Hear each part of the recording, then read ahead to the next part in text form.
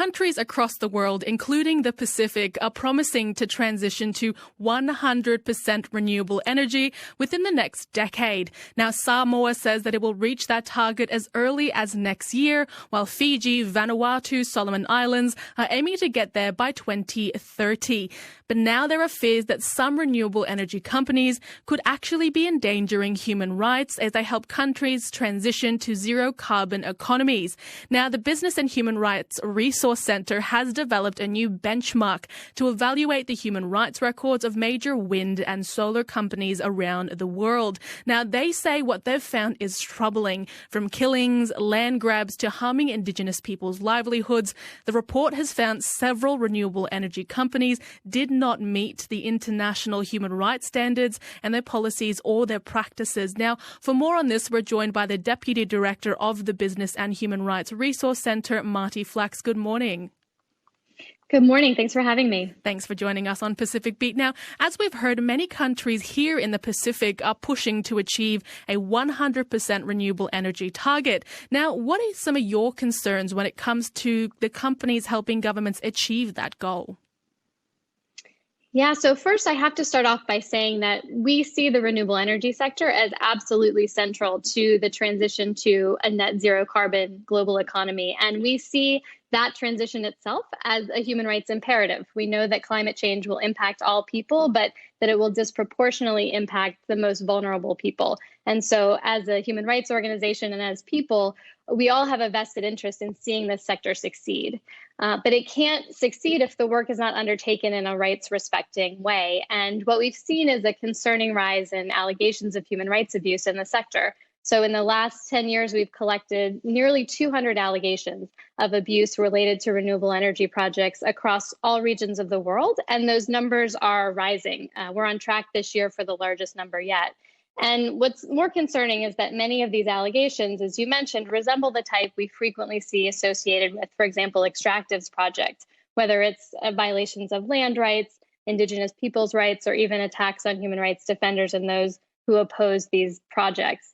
So we put this benchmark together to, in a way, provide a roadmap for the renewable energy industry to better understand their human rights responsibilities and to encourage them to start to adopt the kinds of policies and practices that can help prevent abuse in the sector, in the hopes that the sector can avoid the mistakes of other energy industries and really maintain their social license to operate. Now, as you say, that sector is incredibly important. Now, your research has revealed the risk solar and wind farms can pose to specifically Indigenous landowners. Can you tell me more about that?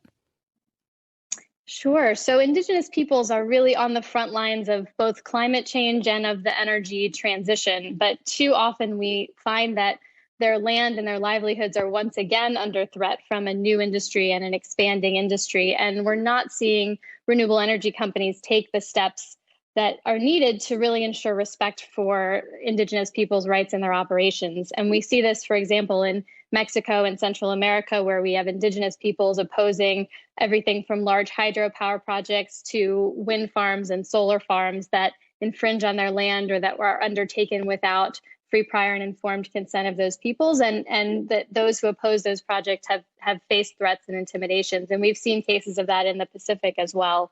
Of the 16 companies we analyzed in this benchmark, only one had a policy to respect Indigenous people's rights that was in line with international standards. And even that company had some allegations of abuse related to that particular issue. At the same time, I want to stress there are some positive examples in this area. We do see some companies that are proactively engaging with both affected communities and Indigenous peoples, and even some companies that are bringing Indigenous peoples and communities into the projects themselves and giving them a direct stake and really making them true partners in decision-making around those projects and their impacts. So we know there is a better way to go about this, and we hope that more companies will take that approach.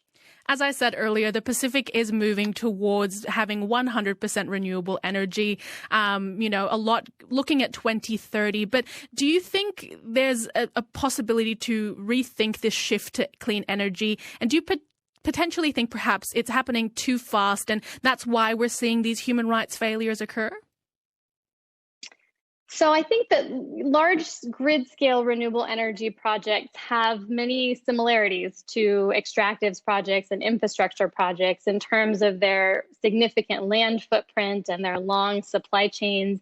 And so in that sense, it's not a surprise that the renewable energy industry carries many of the same human rights risks as we've seen in other sectors. And on top of that, it is a new sector that's expanding very quickly. That hasn't had the time or taken the time to fully think through and address those risks.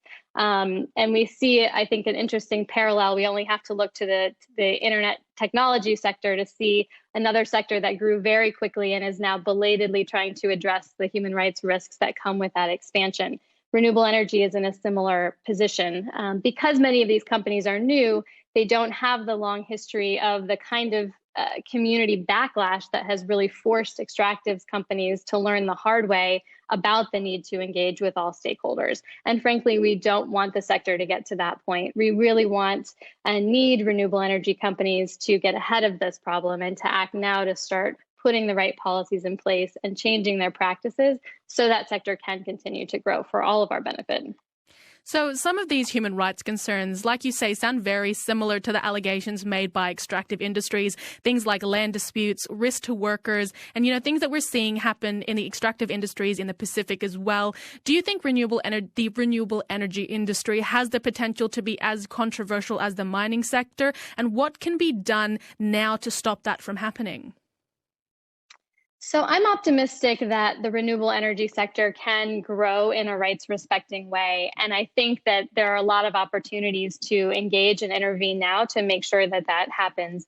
I think that companies and investors that work in this space, many of whom are interested in this topic because they have a social mission and because they want to do good, have the opportunity to start to put in place policies and processes to help companies really assess their human rights risks and put in place strong due diligence procedures to address those risks before they cause harm to affected communities and to workers. And in addition to company and investor action, I think there's room for action by governments, both the home governments of these companies that should adopt stronger requirements for companies to do human rights due diligence and human rights impact assessments, just the way they do environmental impact assessments, but also the host governments where these projects are located that can incorporate stronger protections into their own national energy policies and energy plans. And finally, there are many international initiatives that are supporting energy access and supporting the expansion of renewable energy from the public sector, the private sector, and by international financial institutions that have that provide financial support, logistical and technical support to these kinds of projects that can use that influence to require companies to have strong human rights practices and adopt stronger measures to ensure adequate due diligence by companies. Marti Flacks, thank you so much for joining us on Pacific Beat this morning. Thanks for having me. That was Marti Flacks, the Deputy Director of the Business and Human Rights Resource Center, speaking to us from Washington, D.C.